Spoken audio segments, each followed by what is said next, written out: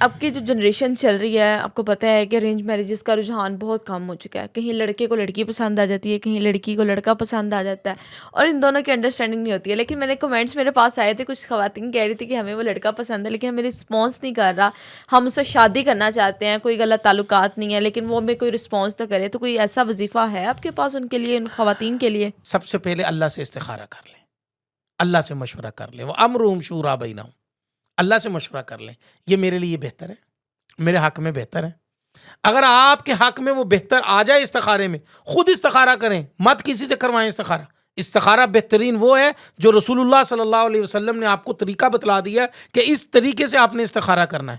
استخارہ کیجئے، نہ سمجھ آئے پھر کیجئے، پھر نہ سمجھ آئے پھر کیجئے، پھر نہ سمجھ آئے پھر کیجئے.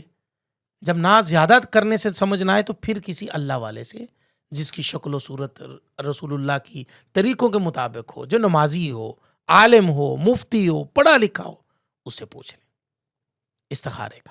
اس سے پوچھ کر اگر پھر بھی ہاں آ جائے تو پھر اللہ سے رجوع کرتے ہوئے، اللہ سے مانگتے ہوئے 2 رکعت صلاۃ الحاجت پڑھنی ہے. وظیفہ یہ ہے.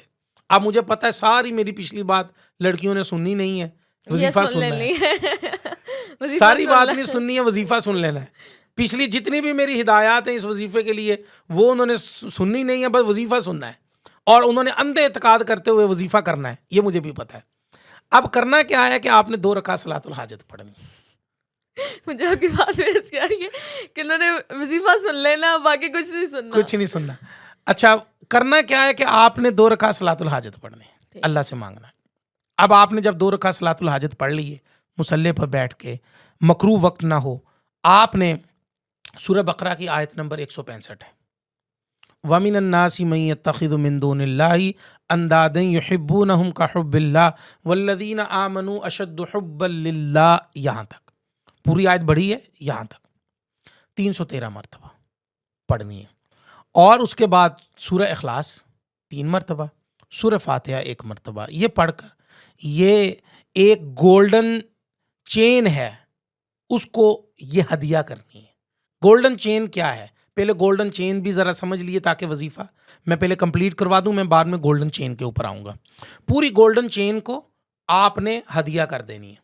ہدیہ کرنے کے بعد آپ نے اللہ سے دعا مانگنی کہ میرے مالک، میں نے پوری گولڈن چین کو یہ سورہ فاتحہ پڑھ کر اصال ثواب کے لیے ہدیہ کر دی ہے.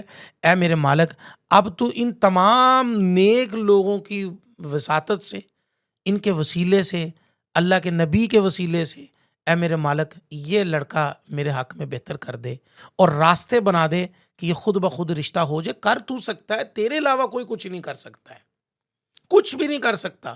جس کی بنیاد اللہ کے نام پر ہوگی نا، وہ بنیاد جنت میں لے کے جائے گی. جس کی بنیاد جادو پر ہوگی، تعویذ پر ہوگی اور غلط نظریات پر ہوگی، وہ آپ کو جنت میں تو نہیں لے کے جا سکتا. رشتہ دنیا میں وہ رشتہ ہادہ فراق بینی و بینک، تم ادھر تو ہم ادھر، لکم دینکم ولی دین، تمہارا دین تمہارے لیے، ہمارا دین ہمارے لیے، ایسا ہو جائے گا. تو اس لیے بنیاد اللہ کے نام پر رکھیں اور اللہ سے مانگیں. انشاءاللہ یہ عمل آپ کو 7 دن ہی کرنا پڑے گا. 7ویں دن سے پہلے پورے کامل یقین کے ساتھ کر کے دیکھ لیں. پورے 7 دن کامل یقین کے ساتھ کریں، انشاءاللہ اللہ کی توفیق سے کوئی نہ کوئی سبیل نکل آئے گی. سبحان اللہ. مجھے لگتا ہے کہ ہمیں نا اب یہ پورا لکھ کر دے دینا چاہیے تاکہ ہماری آڈینس ہے نا وہ یہ نہ سمجھے کہ ہمیں سمجھ کچھ نہیں آئی ہے اور کوئی وظیفہ ہم لکھیں نہ لکھیں. لیکن مفتی صاحب نے جو بات کی کہ لڑکیاں پچھلی ساری بات چھوڑ کے یہ وظیفہ کریں گے، تو یہ میرے ایڈیٹر کو اسپیشل میں کہہ رہی ہوں، تاکید کر رہی ہوں کہ آپ نے یہ جیسے جیسے انہوں نے بتایا اور جو آیت 165 نمبر انہوں نے بتائی وہ آپ کائنڈلی لکھ کر جو ہے نا وہ اسکرین پہ دے دیجیے گا. اچھا مفتی صاحب، اچھا مجھے گولڈن چین کے اوپر بات کرنی بالکل میں وہی تھی، میں پھر اگلے سوال کی طرف آتا ہوں. گولڈن چین یہ ہے کہ حضرت آدم علیہ الصلاۃ والسلام سے لے کر آج تک جتنے بھی ایمان والے ایمان کی حالت میں اس دنیا سے رخصت ہو چکے ہیں نا، سارے کے ساروں کو یہ جو قرآن پاک 3 مرتبہ سورہ اخلاص پڑھی جاتی ہے، سورہ فاتحہ پڑھی جاتی ہے، اس کا اصال ثواب ہم ان کو دے رہے ہیں. سبحان اللہ. گولڈن چین اس کو کہا جاتا ہے. گولڈن چین اس کو کہا جاتا ہے.